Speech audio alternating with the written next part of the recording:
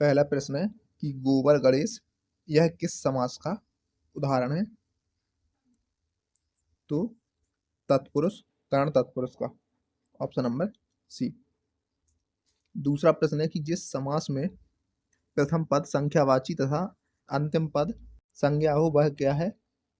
तो वो है द्विगु समास, ऑप्शन नंबर सी।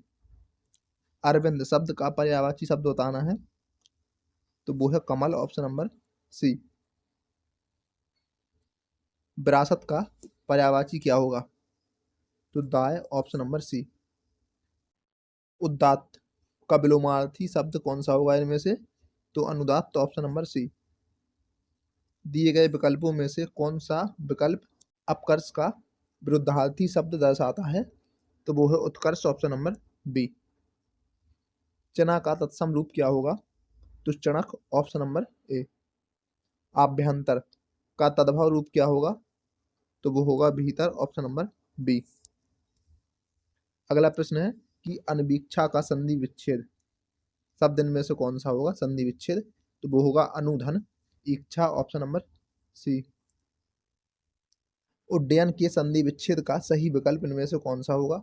तो उत्दंडयन, ऑप्शन नंबर ए। जो क्षीण ना हो सके तो वो है अक्षय, ऑप्शन नंबर सी। अगला प्रश्न है कि दिशाएं ही जिनका वस्त्र हो, तो दिगंबर, ऑप्शन नंबर सी। अपना रंग जमाना मुहावरे का अर्थ इनमें से क्या होगा? तो इसका जवाब हो जाएगा प्रभावित करना, ऑप्शन नंबर ए। बालू से तेल निकालना दिए गए विकल्पों में से मुहावरे का सही अर्थ क्या होगा? तो असंभव को संभव करना, ऑप्शन नंबर बी।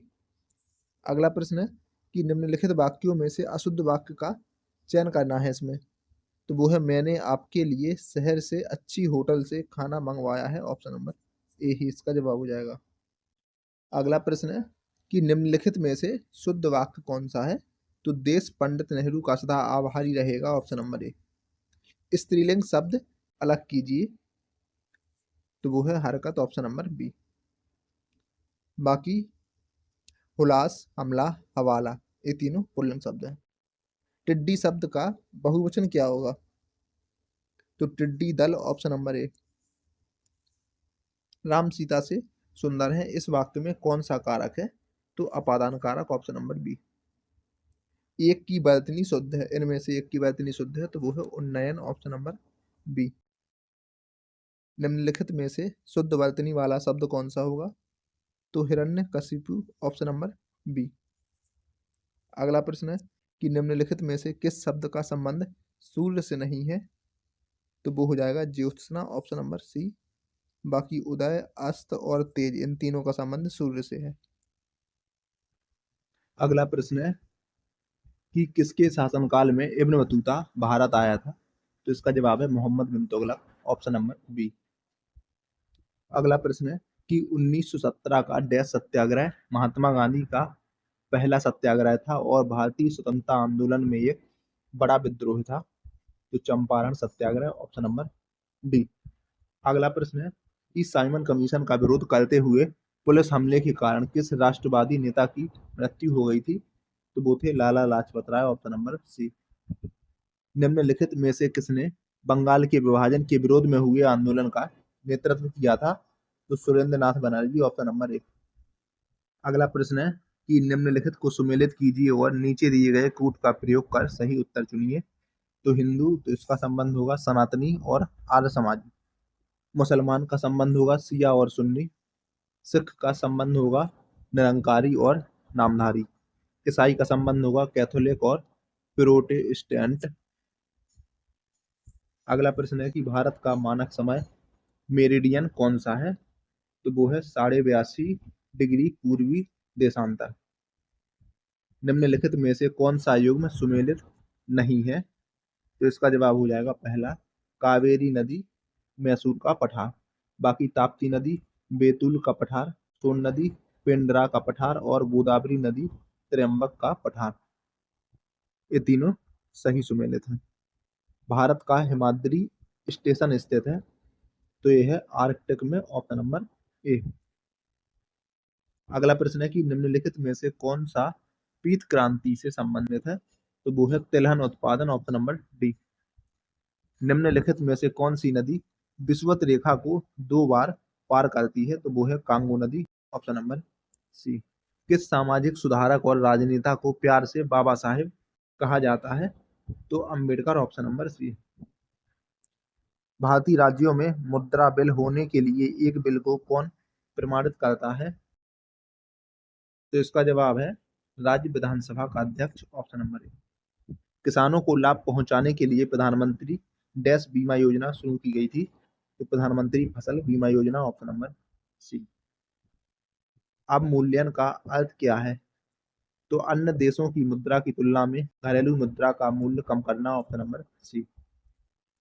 मुद्रा का क्या तात्पर्य होता है?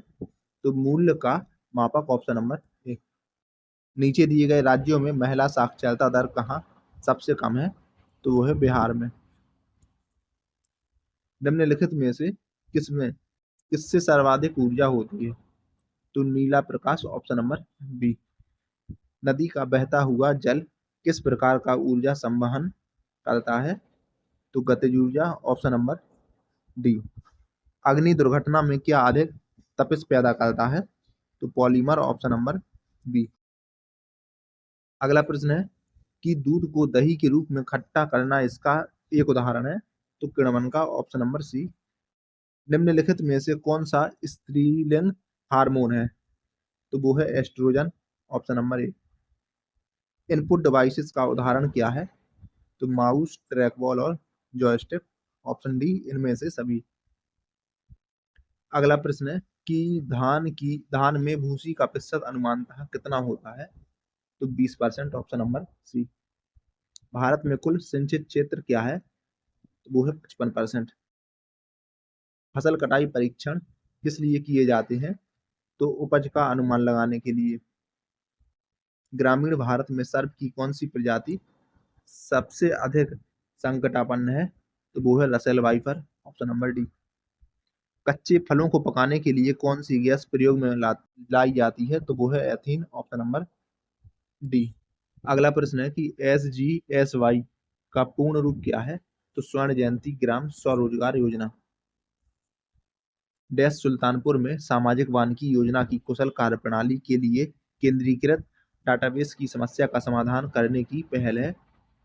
तो राष्ट्रीय सूचना केंद्र, ऑप्शन नंबर डी।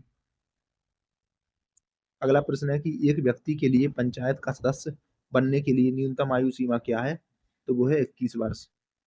देश का प्रथम कृषि विज्ञान केंद्र कहाँ पर है? तो पुडुचेरी में। निम्न में से कौन सी एक समिति भारत में पंचायती राज व्यवस्था से संबंधित नहीं है?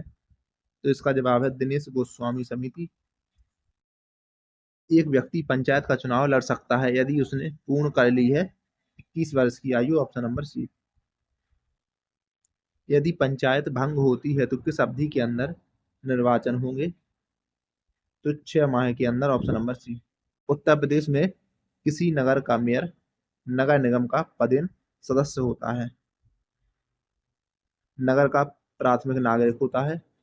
कार्यकारिणी समिति का पदेन सभापति होता है। तो पहला, दूसरा, तीसरा, तो ऑप्शन नंबर बी। अगला प्रश्न है तो इसमें दो सूचियां दी गई हैं जिनका मिलान करना है। तो सूची 1 में योजनाएं दी गई हैं और सूची 2 में उनके उद्देश्य। तो तृतीय योजना आत्मनिर्भरता, चतुर्थी योजना स्थिरता के साथ समृद्धि, छठवीं योजना आधुनिकीकरण और 11वीं योजना समावेशी वृद्धि।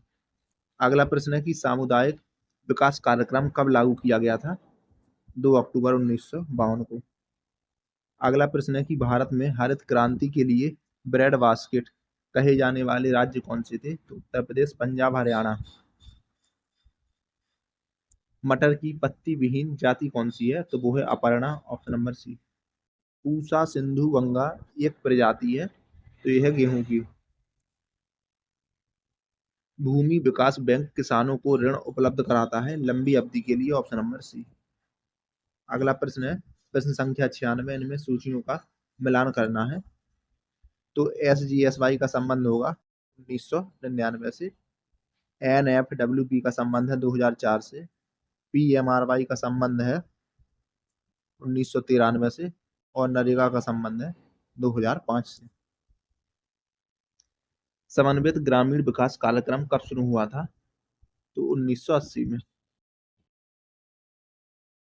न्यूनतम आवश्यकता कार्यक्रम का उद्देश्य है आधारभूत ढांचा उपलब्ध कराना ग्रामीण नगरीय जनसंख्या को।